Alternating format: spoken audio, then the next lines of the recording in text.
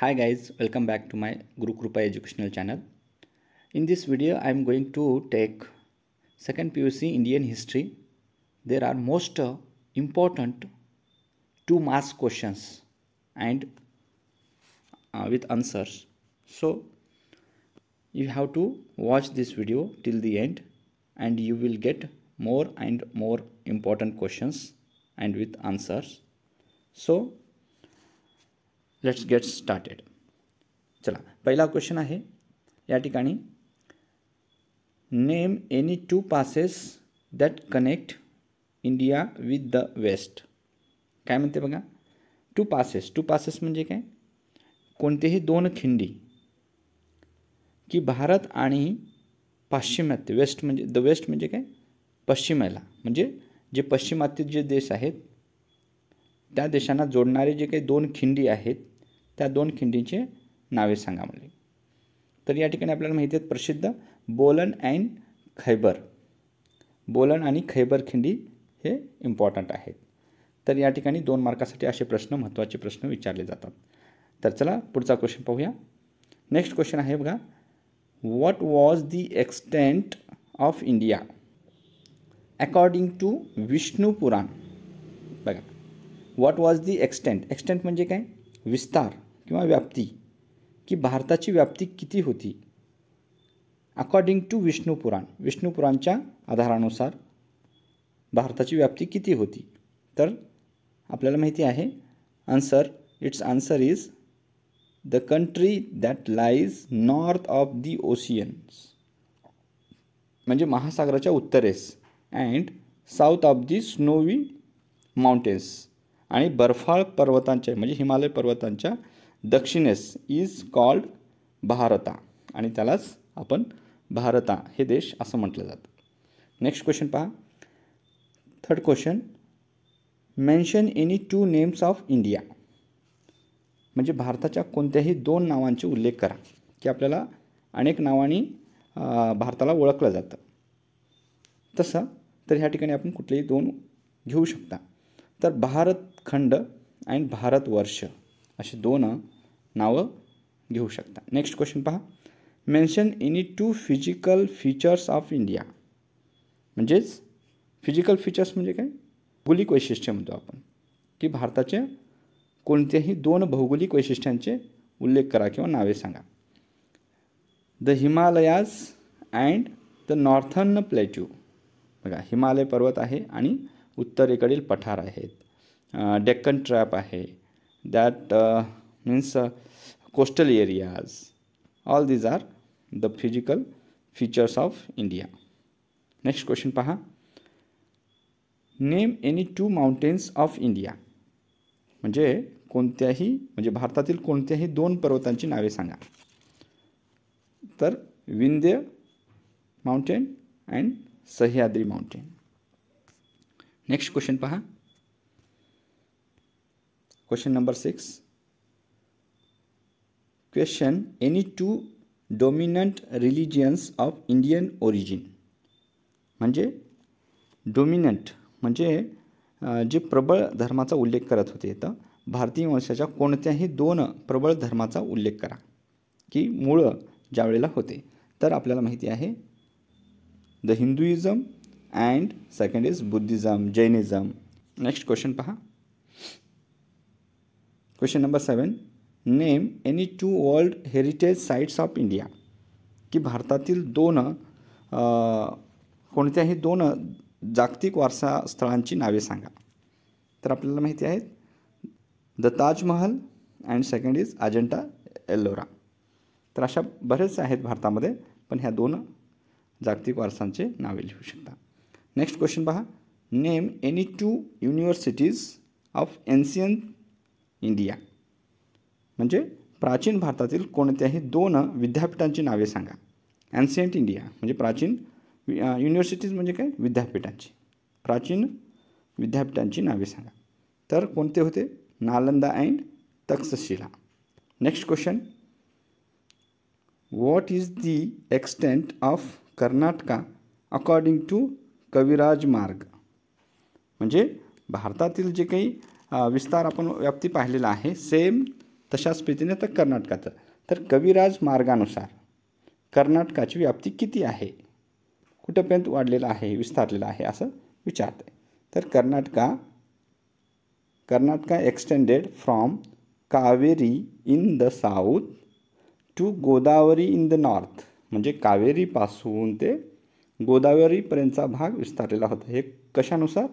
कविराज मार्गानुसार, ह्या साहित्यानुसार. Next question पहा. Name any two dynasties which ruled Karnataka. की बघा, कर्नाटकावर राज्य करणाऱ्या कोणत्याही 2 राजवंशाची किंवा राजघराण्यांची नावे सांगा. तर आपल्याला माहिती आहेत, फर्स्ट कदंबाज अँड राष्ट्रकूटास.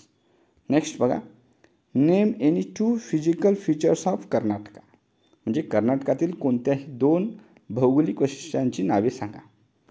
तर ह्या ठिकाणी the western ghats and the coastline region.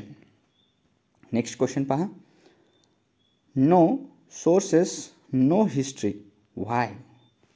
बघा, नो सोर्सेस म्हणजे काय? साधन, की जे स्रोत आहेत, जे स्रोत नाहीत, कोणतेही स्रोत नाही, ते इतिहास नाही का, असं म्हटलं जातं. येस. तर historians try to reconstruct the past based on available sources. Hence no sources no history. म्हणजेच इतिहासकार काय करतात? उपलब्ध स्रोताच्या आधारे म्हणजेच साधनांच्या आधारे भूतकाळाची पुनर्रचना करण्याचा प्रयत्न करतात. म्हणून कोणतेही स्रोत नाहीत तर इतिहास नाही. ते एखादी गोष्ट होते, पुराण होतं, अशा प्रकारे ठरवलं जातं. पण इतिहास रचना करताना साधनांची गरज आहे. म्हणून जर स्रोत नसेल किंवा साधन नसतील तर ते इतिहास होऊ शकत नाही असं म्हणते. नेक्स्ट क्वेश्चन पहा. Question number 13. What is the difference between prehistoric and historic age. बघा, म्हणजे प्रीहिस्टोरिक म्हणजे काय? पूर्व ऐतिहासिक आणि ऐतिहासिक युगातील काय फरक आहे. तर या ठिकाणी प्रश्नाचं उत्तर आपल्याला लक्षात घ्यायचं आहे. The period where the written records are not available is known as prehistoric period. की ज्या काळामध्ये किंवा ज्या कालखंडात लिखित नोंद उपलब्ध नव्हती त्याला इतिहासपूर्व काळ असं म्हणतो आपण. आणि त्यामधला सेकंड पॉईंट आहे the period where we get written records is known as historic periods. की ज्या काळात आपल्याला लिखित किंवा नोंद मिळतात त्या काळाला ऐतिहासिक कालखंड किंवा ऐतिहासिक काळ असं म्हणून ओळखला जातो. नेक्स्ट क्वेश्चन पहा. 14 number. Mention any 2 uses of coins in the reconstructing of Indian history. म्हणजेच भारतीय इतिहासाच्या पुनर्रचनेत नाण्यांचा कोणत्याही 2 उपयोगांचा उल्लेख करा. तर या ठिकाणी आपल्याला माहिती आहे the coins help us to know about the period of ancient dynasties, their economy, religion, script and language, social and political conditions. म्हणजेच नाणी आपल्याला प्राचीन राजवंशाचा काळ, तेथील अर्थव्यवस्था समजून येते, पॉलिटिकल कंडिशन येते, राज्यव्यवस्था कशी होती कळून येते. त्याचबरोबर आपल्याला समजून येतं तिथली धर्म कोणती होते, लिपी कोणती होती आणि भाषा, सामाजिक व्यवस्था कशी होती आणि राजकीय परिस्थिती जाणून घेण्यासाठी मदत होते. नेक्स्ट क्वेश्चन पहा. Question number 15. What are the archaeological sources. म्हणजे पुरातत्व. आर्किओलॉजिकल म्हणजे काय? पुरातत्व स्रोत काय आहेत. तर archaeological sources are the remains of the past human life and activities. म्हणजेच पुरातत्व स्रोत हे मागील मानवी जीवनाचे जे काही क्रियाकलाप होता त्याचे अवशेष आहेत आर्किओलॉजिकल म्हणजे. Next question. Name the epics of India. इपिक्स म्हणजे काय? की महाकाव्ये, की भारतातील महाकाव्ये कोणती आहेत त्यांची नावे सांगा. तर आपल्याला माहीत आहेत Ramayana and Mahabharata. These are the epics of India. Next question पहा. Question number 17. Name any 2 Chinese pilgrims who visited India. की जे पिलग्रिम म्हणजे काय, भारताला भेट दिलेली जी कोणतीही 2 चिनी यात्रेकरू पिलग्रिम्स. तर जे पिलग्रिम्स होते त्यांची नावे सांगा. तर हुयनसंग अँड फायन हे चायनीज होते किंवा चीनचे होते प्रवासी. Next question. What is the meaning of the term paleolithic. Paleolithic या शब्दाचा अर्थ काय. The term paleolithic is derived from Greek word paleo means old.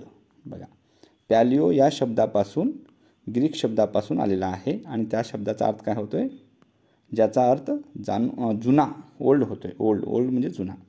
त्याचबरोबर दुसरा शब्द आहे लिथिक.